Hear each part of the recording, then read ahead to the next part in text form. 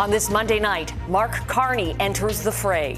The Bank of Canada's former governor takes a critical role to help the Prime Minister. It shows a great deal of comfort that he's here. Could he change the Liberal Party's shrinking fortunes or even their leadership?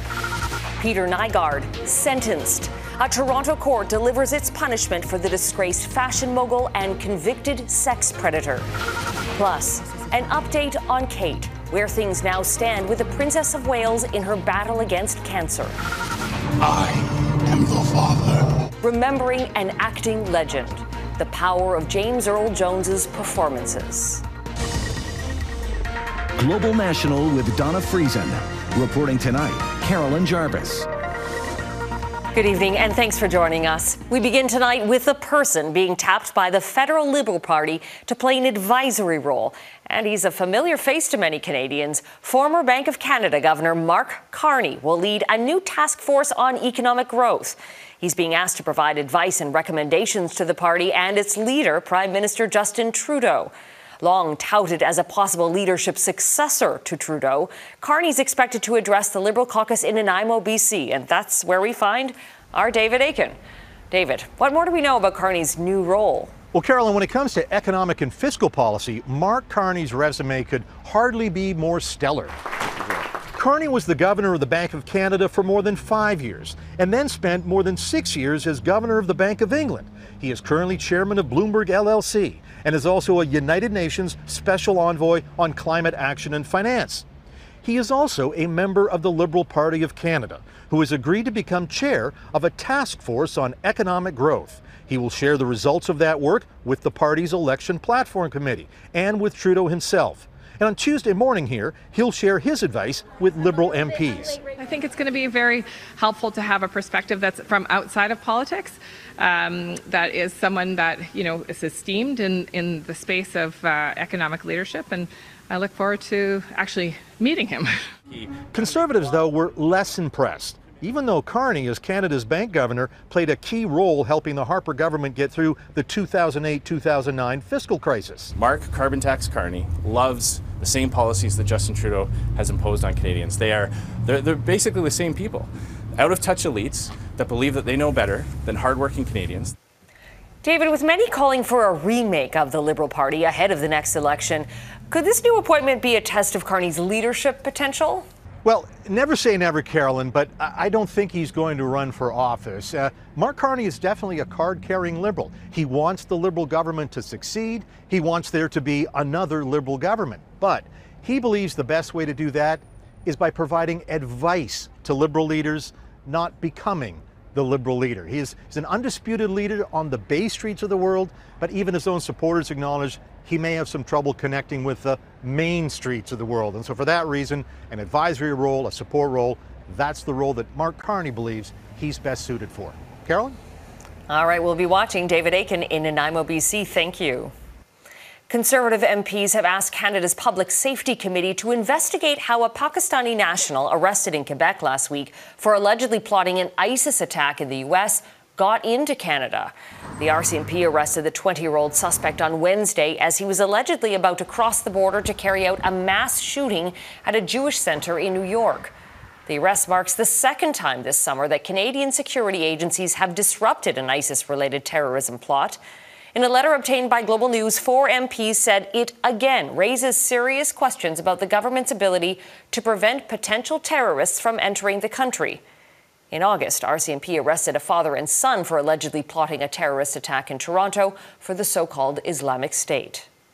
Well, get ready for more possible flight disruptions after an already turbulent travel season. Air Canada is warning it could start grounding aircraft ahead of a potential pilot strike next week. The company says talks with the pilots' union are nearing an impasse, and any strike or lockout notice will trigger a 3-day wind-down plan. Our Mackenzie Gray is following developments tonight. This could soon be a rare sight. Air Canada now threatening to cancel hundreds of flights as soon as Sunday in advance of a potential pilot strike. What they're doing is saying we want to do this in an orderly fashion that allows us to be in control rather than the union be in control. The airline saying it will start canceling flights once a 72-hour strike notice is given by the pilots' union, which could legally happen as of Saturday, halting over 600 flights and stranding 110,000 passengers daily. The stoppage the pilots' union doesn't want to see.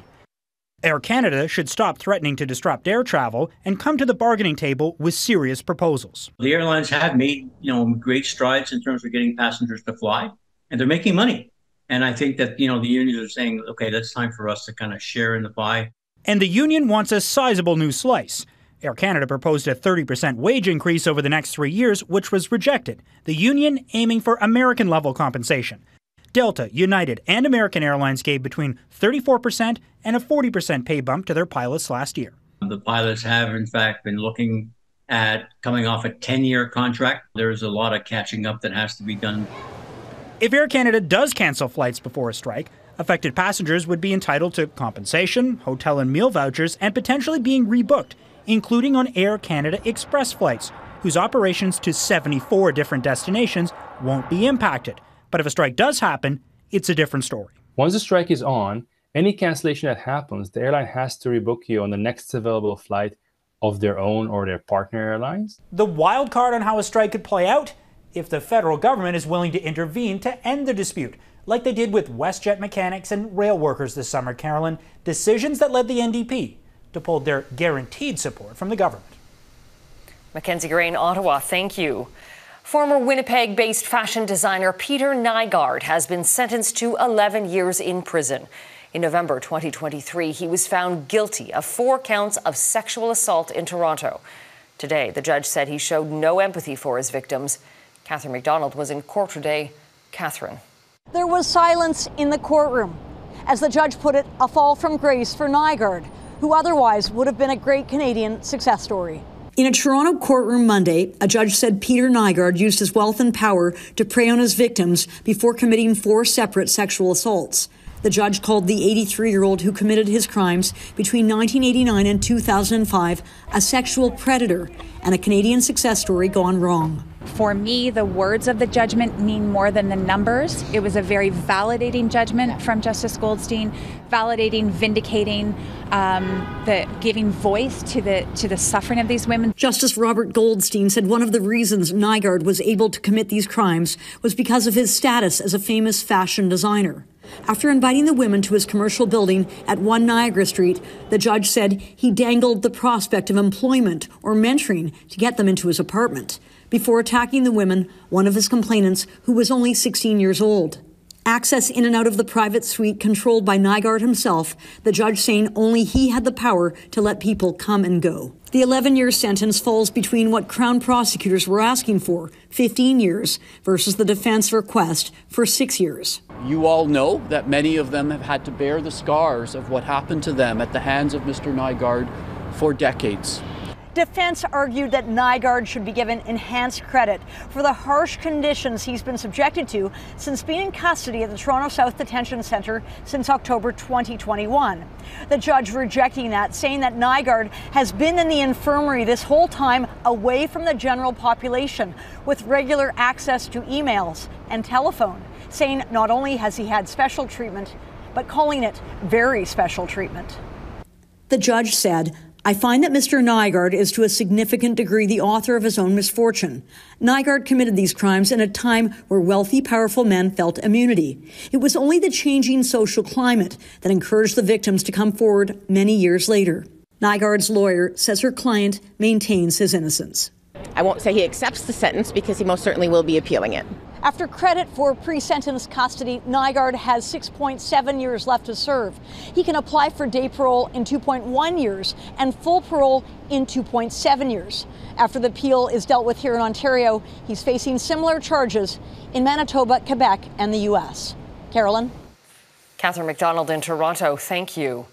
2 men have been sentenced to 6.5 years in prison for their roles in the Coutts blockade at the U.S. border with Alberta. Anthony Olenek and Chris Carbert were charged after RCMP found guns, ammunition, and body armor in trailers near the blockade. They were found guilty of mischief and possession of a firearm. Both men were given 4 years credit for time already served. The blockade, protesting COVID-19 rules and vaccine mandates, halted traffic at the border crossing for 2 weeks in 2022. The widows of Johnny Gaudreau and his brother Matthew delivered heart-wrenching tributes at a funeral in Pennsylvania today and made a bittersweet announcement. We're actually a family of 5. I'm in my 9th week of pregnancy with our 3rd baby. A total surprise, but again, John was beaming and so excited. The former Calgary Flames star and his brother were killed in August when they were hit and run by an alleged drunk driver while out for a bike ride. As Heather Urix-West explains, hundreds attended the funeral as family, friends, and teammates gathered to say goodbye.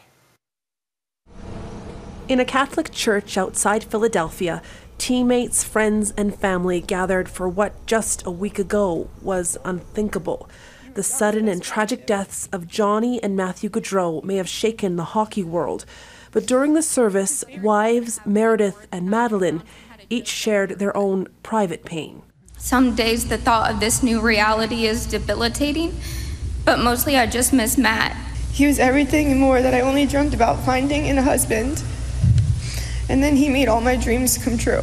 29-year-old Matthew Gaudreau was about to become a first-time dad, with baby Trip due later this year.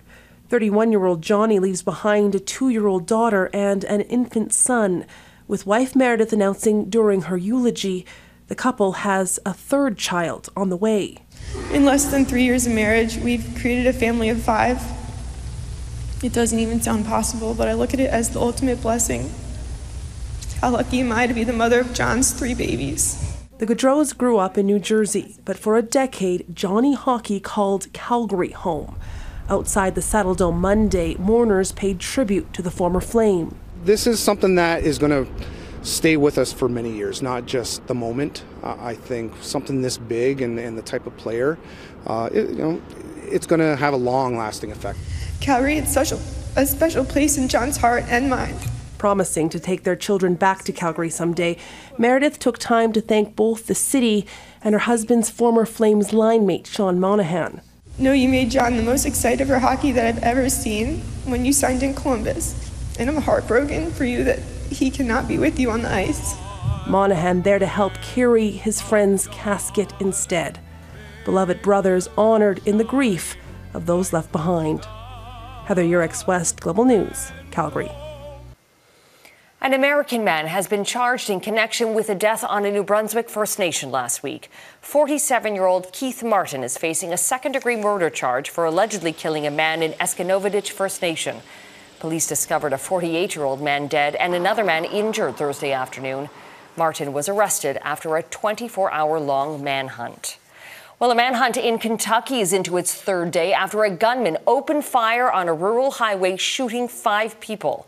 Police are searching heavily wooded and hilly terrain along the highway near the town of London. Investigators say the suspect, 32-year-old Joseph Couch, purchased a military-style rifle just hours before the shooting and that he perched on a ledge near an exit ramp and began firing at vehicles. Couch had previously served in the Army Reserve. He allegedly texted someone 30 minutes before the shooting saying he intended to kill a lot of people. Israeli strikes hit several areas across central Syria late Sunday, killing at least 18 people. Syria's health minister says a number of military sites were targeted. The Syrian Observatory for Human Rights says one missile hit a center used to develop weapons. Israel has stepped up its assault in response to cross-border attacks on its territory by Hezbollah and other groups in Lebanon and Syria. Israel's war against Hamas is having dire impacts regarding the fate and future of Gaza's school children. There are fears many will never receive the education they deserve. Today, the new school year was meant to start, but after 11 months of bloodshed, all classes are canceled. The United Nations says at least 85% of schools have been either damaged or destroyed during the 11 months of war.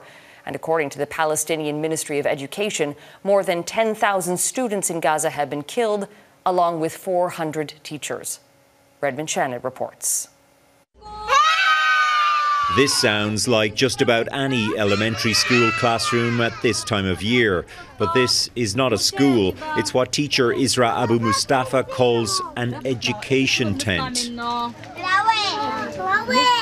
They want to live like other children around the world, she says, to learn, play and to have access to the simplest things.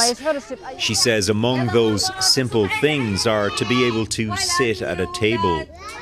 These kids are among the luckier ones with access to some form of learning. The United Nations says at least 85% of Gazan schools have been damaged or destroyed in the 11 months of the Israel-Hamas war. All are closed. Schools that are still standing are used as shelters. 12-year-old Rama was supposed to be going into grade 7.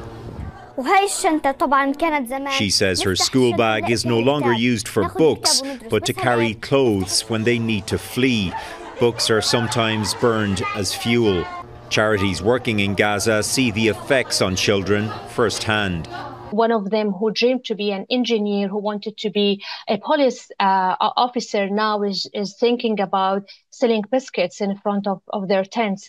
The task of rebuilding Gaza, whenever that begins, will stretch into future generations. Its children now set to miss out on a second year of schooling. Catching up on long gaps in education can be very challenging, especially when many children are affected.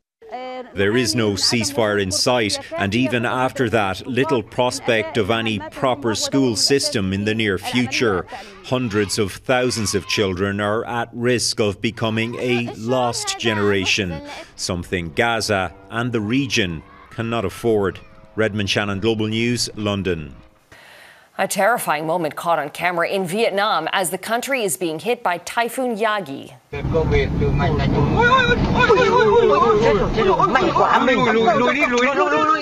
You can see vehicles approaching a bridge as it collapses into the water. Yagi has wreaked havoc across northern Vietnam, killing more than 60 people. A new look for the wildly popular Women's Hockey League. Their official names and logos revealed next.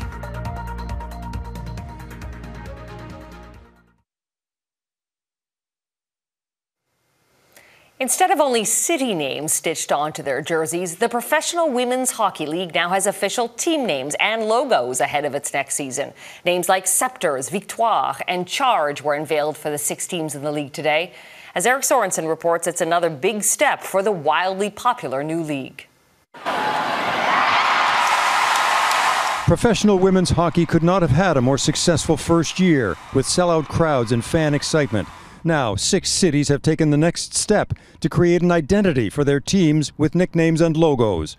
The Montreal Victoire, the Ottawa Charge, the Toronto Scepters, the Boston Fleet, Minnesota Frost, and New York Sirens. The league engaged with fans, looked for names they could own and that would connect with each city. Does the name inspire pride of place? So does it capture the soul of the city, the community, and the people? Today, many PWHL players were on the ice for Team Canada's training camp, but excited to see the Pro League taking shape. The start of something new. Like again, we've put on hold for 3 years to make sure we're going to have a professional hockey league. And last year was a PWHL Montreal, PWHL Toronto, and the 6 markets. And now there's a team, there's a logo. It's for real. The Victoire, a French name for Montreal. The Scepters, a nod to Toronto, known as the Queen City.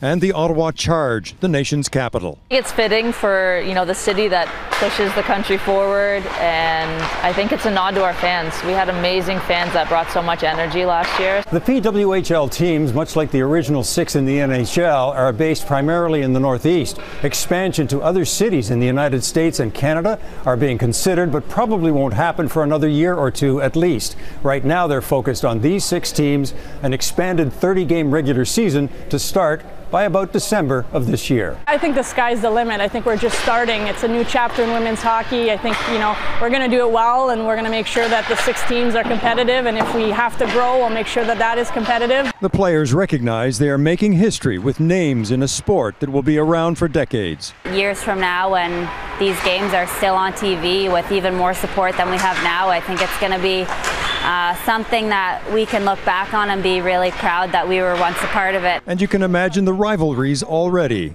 The Victoire and the Scepters. Can't wait to play Toronto. Eric Sorensen, Global News, Thorold, Ontario. Ahead, the new video from the Royals with Princess Kate's health update.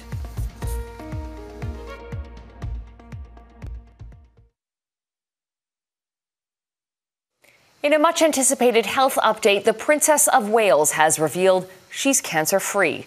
Kensington Palace released a 3-minute video featuring Kate, William, and the couple's 3 young children. In it, Kate is open and frank about her experience, expressing relief that her chemotherapy is complete. The last 9 months have been incredibly tough for us as a family. The princess says life as you know it can change in an instant. She notes she's doing what she can to stay cancer-free after being diagnosed in March, but the path to healing and full recovery is long. And we've had to find a way to navigate the stormy waters and road unknown. Kate says the cancer journey is complex, scary, and unpredictable, bringing a new perspective and a reminder to be grateful for the simple things in life. Is this filming? Hello? Hello? Kate says she has a renewed sense of hope and is thankful for the outpouring of kindness, empathy, and compassion she has received. She plans to return to limited public engagements in the coming months. So they sat when they were children and cheered their heroes. Next, loss of a legend, looking back at the life of James Earl Jones.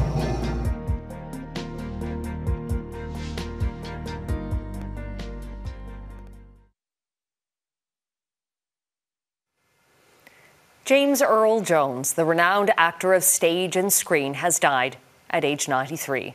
Some may recognize his voice most, a sound that struck fear as one of cinema's greatest villains in the Star Wars series, but also as Disney royalty in The Lion King. Heidi Petracek on the legacy of a man whose work has been featured in some of Hollywood's greatest films. His was a voice unlike any other. If you only knew the power of the dark side. That deep, resonant baritone truly singular for generations of moviegoers. I am your father. No! For Star Wars fans and Disney devotees, you didn't have to see James Earl Jones to recognize him as the voice behind Darth Vader, the King of the Jungle. The sun will set on my time here and will rise with you as the new king. Or an upstart cable news network. This is CNN. James Earl Jones would credit acting for helping him overcome a childhood stutter so profound it left him unable to speak as a child. Born in 1930s Mississippi, he followed in the footsteps of his father, one of the first prominent black actors in film, earning critical acclaim first on stage, then in movies in The Great White Hope. Ooh, can't wait. The role earned him a Tony, a Golden Globe, and an Oscar nomination. People will come, Ray. His ability to transport audiences into different worlds, both on big screens and small, brought him several Emmys, a Grammy for Best Spoken Word, and an honorary Academy Award in 2011. His voice somehow even more profound, reciting song. And the rockets, red glare, the bombs bursting in air. An actor who became an icon, he worked well into his 80s. Let me guess. You like Star Wars. Never turning away from the role that put him on the Hollywood map. You were not summoned here to grovel. The incredible gift of James Earl Jones and the talent behind it, inimitable. James Earl Jones was 93. And that is Global National for this Monday. I'm Carolyn Jarvis. Tonight's Your Canada is the Green Gables Post Office in Cavendish, Prince Edward Island. We love to see your Canada. Please email it to globalnational@globalnews.ca. Thanks for watching. Donna will be back with you tomorrow. Have a great night.